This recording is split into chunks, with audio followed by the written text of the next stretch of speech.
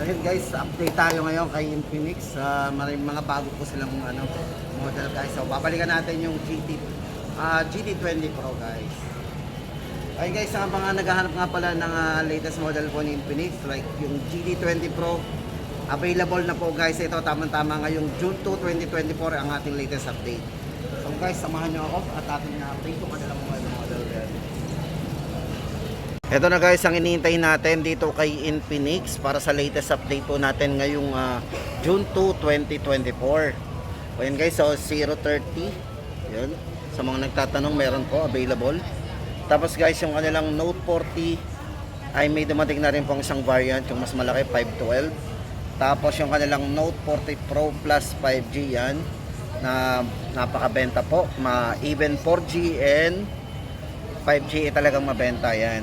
Guys, ito para sa latest update natin. Then dito po guys, tuloy-tuloy pa rin po yung kanilang less 500 dito kay Note 40 Pro. Itong 21 gig yan po ay may less 500 from 8499, yan po ay 7999 na lang. So yun guys, umpisahan na natin ang ating latest update dito kay Infinix. Sa mga naghahanap dyan ng budget phone, syempre yung mga budget na pang gaming din. So ayan guys, umpisahan na natin. Ito guys, ang Hot 40 Pro. Ito, naging bestseller po nila to ngayon. Yung kanilang dalawang variant yung 7.5 at yung 8.499 na may discount na 500. Yan, ano po yan, bestseller po nila ngayon. So ito guys, para sa latest update natin, unahin na po natin to si Hot 40 Pro. Yan, sa mga naghahanap ng yan, ito guys, para sa 21 gig maximum RAM 256, ito po ay 7,899 na lang. Tapos yung isang variant po niya na 16 gig maximum RAM ay 7,499 na lang. Yan. Bali guys, ito para sa chipset, ito yung naka MediaTek Helio G99 X-Boost Gaming Engine. Para po sa kanyang main camera, ito yung naka 108 megapixel po. Portrait camera plus 32 MP para sa front. Guys, maganda dito, ito sa halagang 7,499. Kung mahilig ka sa video, maganda yung video po nito sa front at sa back. Meron po siyang stabilized video like yung naka 1080p at 60 frame. Ang back po nito at saka yung front camera po ay meron. Itong si Hot 40 Pro. Ayan. Double check po natin. At syempre guys, meron na rin siyang dual view video. Budget phone na merong dual view video. So kompleto. At syempre guys, gaming chipset. O yan, di ba? Tapos naka 33 watts fast charging pa. So yan, 5,000 mAh battery pang all day battery natin. So yan guys, ang ating latest update dito kay Hot 40 Pro. Sa mga naghahanap ng gaming phone na super budget talaga. Tapos guys, ito naman ang update natin dito kay Note 40 series guys. Ito especially yung mga 5G and 4G. Ito bali itong hawak natin guys, ito yung si Note 40 Note 40 yan, Note 40 Pro guys. Ito for Note 40 Pro, price nito ay 10,999. bali guys, ito naka maximum RAM po ito na 16 GB RAM, 256 GB. Yan, para po sa display guys, ito napaka vivid po ng display nito kasi ito ay naka AMOLED display. So naka 3D curve po 'yan. Check natin ito po yung display niya 3D curve, tapos naka 120 Hz AMOLED display. Then for security guys, nasa screen. So yan, screen. Tapos ang maganda po dito, yan para po sa chipset, doon sa 5G po nito guys, naka Dimensity 7020 5G chipset ang ginamit. At syempre para sa kanyang glass protection, ito yung naka Corning Gorilla Glass na. Yan, no worry tayo. At para sa sounds nito guys, ito yung naka sound by JBL. So alam naman natin, napaka ganda ng tunog ng JBL sound. So may malakas na sounds yan. Then sa charging guys ng ating 5G, ito para sa 5G naman natin, ang 5G po natin meron siyang 100 watts fast charging. Tapos yung kanyang 4G na 10,999 ay naka 70 watts. Same po sila pagdating sa kanyang main camera na 108 megapixel. Meron din siyang zoom. Ayan, super zoom camera. At yung kanyang extra charge na wireless, ito ay naka mag charge 20 watts po. ang kanilang charging. Ito guys, check natin yung camera naman ito. So ayan, napaka smooth po ng camera din ito. Sa video guys, sa mga mahilig mag video dyan, oh, napaka smooth. Smooth. Ay paikot-ikutin mo yan na isang kamay, basta naka-stabilize video yan. Then sa front, ito pakita ko naman yung front guys. So ganun din po yung front nya, no. So yan po yung maganda dito, naka-stabilize video sa front at sa back. Yan. Para sa latest update po natin, 13,999 at 10,999 po para sa 4G. Meron po siyang yan, magnetic. Yan. Maganda po yung mga colors nito guys. Meron tong black, green, and syempre yung gold. Tapos ito naman 4.0. Ito guys, ang maganda dito kay 030. Dito kay 030 4G guys ay may dalawang variants. So dito meron siyang 4G at meron siyang 5G. Ito maganda dito, naka-leather na po yung likod nito. Yan. So hindi pala natin nabanggit sa sa Note 40, naka-leather din po yung green nun. Yan. Ito guys, para sa latest price update po natin dito kay 030. Same price pa rin. Para po sa 4G niya 9,999 at para po sa 5G 14,999. Guys, ito maganda dito sa kanilang 5G. May mataas ng chipset, naka Dimensity 8020 po yan, 5G chipset para sa kanyang powerful processor. At ang maganda po sa camera guys, ito meron siyang 50 megapixel front vlogging camera. Tapos ang maganda doon sa front niya guys ay naka 4K resolution po yan with 60 frame per second, sobrang smooth. Tapos may mataas na resolution guys, yan yung maganda dyan. Wala pa tayong nakikita ganyan na ang presyo ay ganyan na 15,000 lang. Tapos ito may maximum RAM siyang 21 GB RAM, original RAM po is 12, 256 na po internal storage at yan. So kaya naging 21. Then sa camera guys, ito napaka smooth. 108 megapixel with optical image stabilization. Then para sa kanyang ultra clear camera. Guys, sobrang nipis din ito. So kung nabibigatan po kayo sa mga phone at gusto natin ang magaan, ayan, sobrang gaan. Tapos pag ginawa ka natin ay hindi madulas. O, diba? Pakalinaw po ng camera nito, front vlogging camera. Check po natin yung front vlogging camera nito. Kasi ito po yung isang pinagmamalaki din nito, 50 megapixel. Tapos napaka smooth din, naka 4K resolution. Ang kanyang 50 megapixel. Yan, naka 60 frame. Guys, update natin, ulitin po natin ang price nito. 14,999 po sa 5G and sa 4G ay 9,999. Tapos guys, ito lipat na tayo dito. Ito naman guys for Note 30. Doon nga pala guys sa mga nagtatanong ng Note 30, naubusan na po tayo. Kakaubos lang daw po ng mga stock nila ngayon. Yung even 4G and 5G talagang ubos na. Kasi nag-markdown siyempre kaya mauubos talaga to kasi yung 4G po nito naging 6,999, tapos yung 5G nya naging 8,999. Kaya any color na matira po ay talagang nabebenta, mapaanong kulay yan. Kaya ubos na po itong Note 30. Don't worry guys, kasi meron naman silang pumalit na Note 40. Yan, check po natin yung iba pang Note 40. Ito guys, para sa update nga pala natin dito, kung magtatanong kayo, kung sakali magkaroon ng stock, 8,999 ang 5G at 6,999 naman ang 4G. Tapos guys, ito sa mga naghahanap naman dyan ng budget phone dito kay Infinix. Guys, ito sobrang napakabilis ng nito ito mabenta po sa kanila itong mga Smart Series. Itong Smart 8 especially guys, ito kasi yung pinaka budget phone nila. Ito guys, sa mga naghahanap dyan ng budget phone na pang Facebook, pang YouTube, even pang game na na simple game ito mga 64 gig na naka 3 plus 3 gig RAM po to. Tapos naka 64 gig internal storage na rin. Smooth na rin ang screen kasi naka 90 Hz po yung refresh rate dito. At naka punch hole screen. At meron na rin itong malakas na volume guys kasi ito ay naka 200 volume mode. Ito po ay naka 13 megapixel po para sa kanyang main camera. Ito po si Smart 8. Ayan guys, napakabenta mo ito. 3,399 po ang price po natin dito. Ayan, 3,399. 3,400 almost. Tapos hindi lang yan guys, siyempre kung gusto natin ng mas malaking internal storage, ito ay merong 128 gig. Meron din siyang maximum RAM na 8 gig RAM. So may 4 plus 4 po siyang RAM, additional RAM. Ito po si Smart 8 para po sa price update natin dito guys. Ito po ay 3,999. For security guys, so naka-side fingerprint na rin po yan sa kanyang at meron na rin siyang face fast unlock. 5,000 mAh battery, naka type C.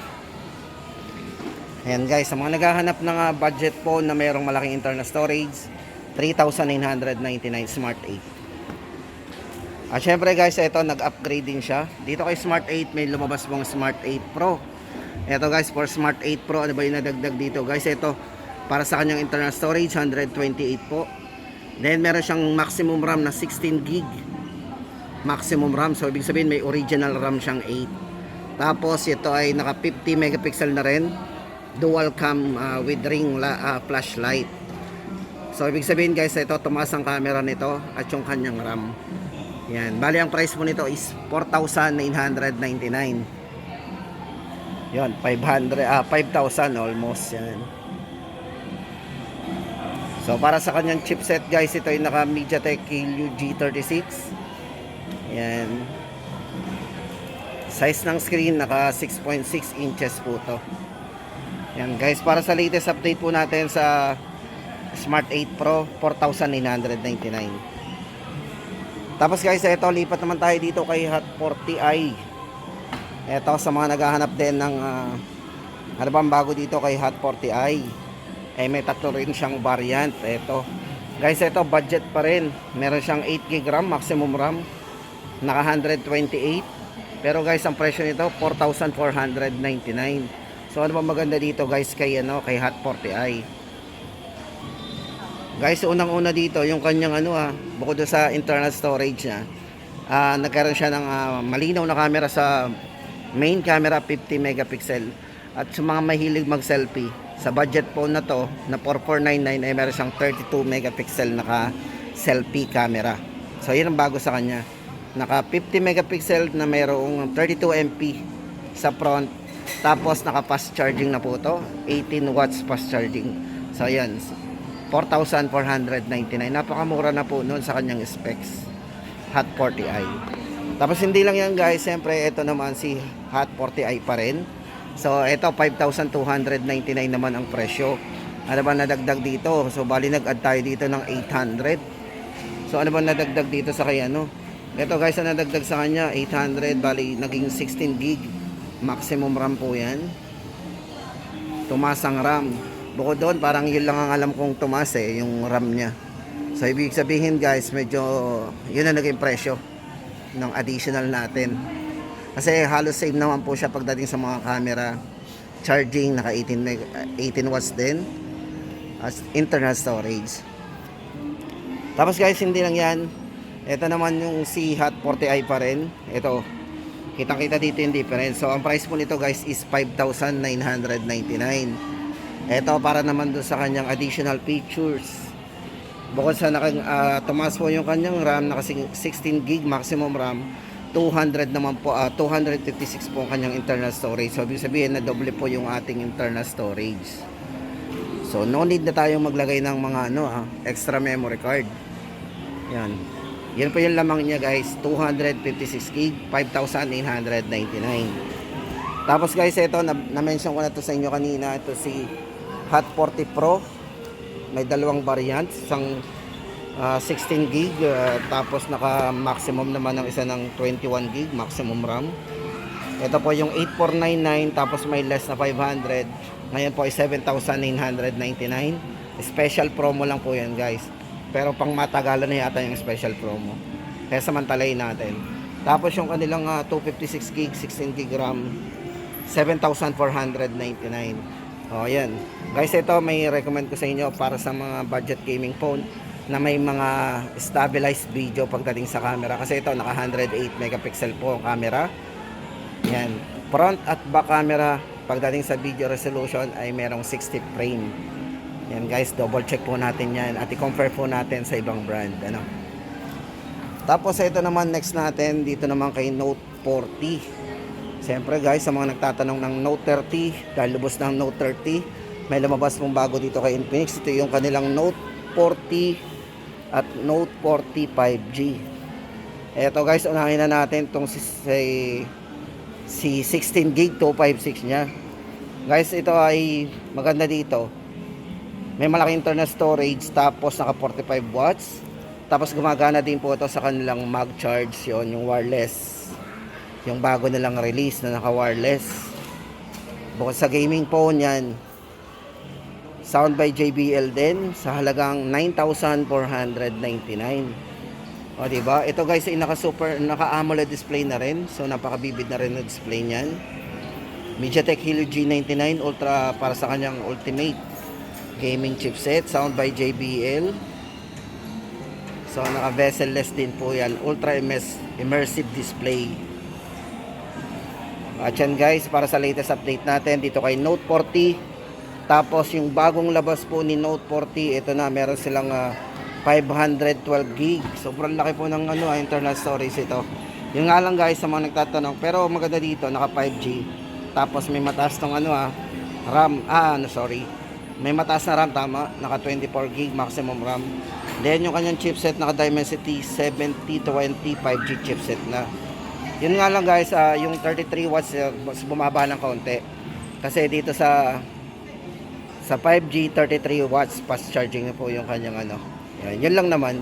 Pero at least mababa po yung presyo nito kasi 12,999 lang po ang price natin dito. Affordable pa rin. O, di ba? Naka 5G tapos naka 512 po internal storage. Note 40, tandaan po natin. Bali ito po yung mga design na naka-flat. Then guys, dito naman tayo sa kanilang yung mga Edge. So ito yung mga best seller din. Ito yung mga trending sa kanila ngayon. Para po sa dalawang variants. Ito na-mention na natin to kanina. Pero syempre, dadaanan pa rin natin. Para po sa 4G guys, ito ay naka 70 watts. All round fast charging 2.0. Para po sa 5G, naka 100 watts. All round fast charging din.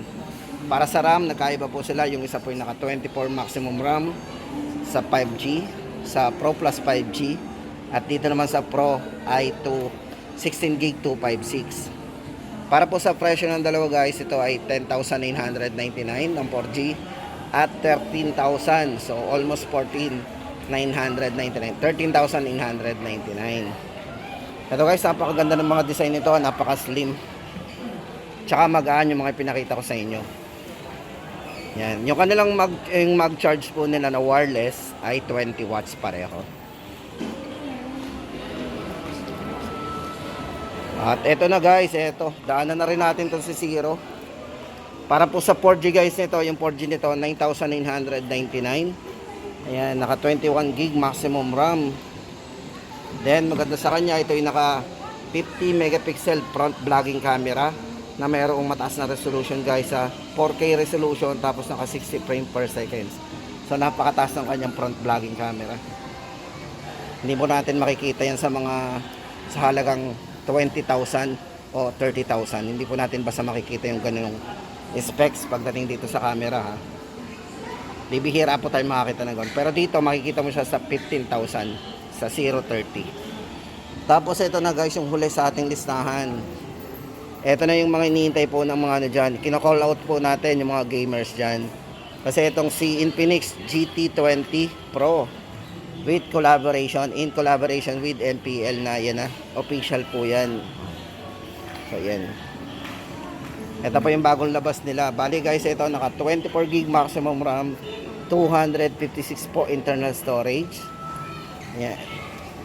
Para po sa chipset guys, ito may mataas ng chipset. Naka Dimensity 8200 Ultimate 4 nanometer 5G processor guys, 4 nanometer. So pag sinabi natin 4 nanometer, pagbaba po ng nanometer, syempre paglakas po yan gawa ng yung clock speed po na tinatawag natin. So, mabilis yung kanyang yung response. Syempre napaka-efficient, ganon. Tapos ito, dedicated gaming nga po yan, display chip. Yung design po nito ay napaka-bezel yan, bezel-less. Tapos ang taas ng kanyang refresh rate 144 Hz, full high definition plus AMOLED display. Kasi usually guys, ang mga refresh rate na nakikita natin is 120 pero mataas na po yun, pero dito ginamitan siya ng 144. Then sound by JBL. Ayan, checkan natin yung size ng screen. Kasi ito para sa size ng screen, naka 6.78 full high definition AMOLED display. O, di ba? Ito po yung Android niya. Yan. XOS 14 4GT. 4GT lang po yan. At sa camera guys, yan sa front camera meron siyang 32 megapixel. At sa main camera meron siyang napaka-smooth na camera, 108 megapixel with optical image stabilization. Okay, dual nano SIM. Yan po ang ating latest update guys sa mga nagtatanong dyan at naghahanap ng latest model, gaming phone, mataas na camera, budget phone. Yan guys ang update natin dito kay Infinix ngayong June 2, 2024. See you guys sa mga next vlog natin.